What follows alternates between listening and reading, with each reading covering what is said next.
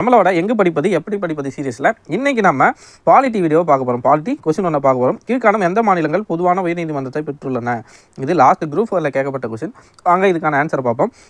இந்திய அரசியலமைப்பு சட்டம் ஒவ்வொரு மாநிலத்திற்கும் ஒவ்வொரு உயர்நீதிமன்றத்தை தோற்றுவிக்க வழிவகுக்கிறது. நம்ம இந்திய அரசியலமைப்பு என்ன சொல்லுதுன்னா, ஒவ்வொரு மாநிலத்திற்கும் ஒரு உயர்நீதிமன்றம் இருக்கலாம் அப்படின்னு சொல்லுது. ஆனால் அப்படி இல்லாமல் இருக்கிறதுக்கு என்ன பண்ணியிருக்காங்கன்னு பார்த்தோன்னா, 7வது சட்ட திருத்தம், 7வது அரசியலமைப்பு சட்ட திருத்தம், 7th கான்ஸ்டியூஷனல் அமெண்ட்மெண்ட் 1956.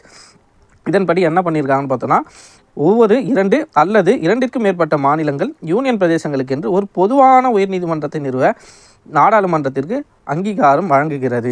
அப்போது ஃபஸ்ட்டு அரசியலமைப்பில் என்ன சொல்லியிருக்காங்கன்னா, ஒரு மாநிலத்திற்கு ஒரு உயர்நீதிமன்றம் அமைச்சிக்கலாம்னு சொல்லியிருக்கிறாங்க.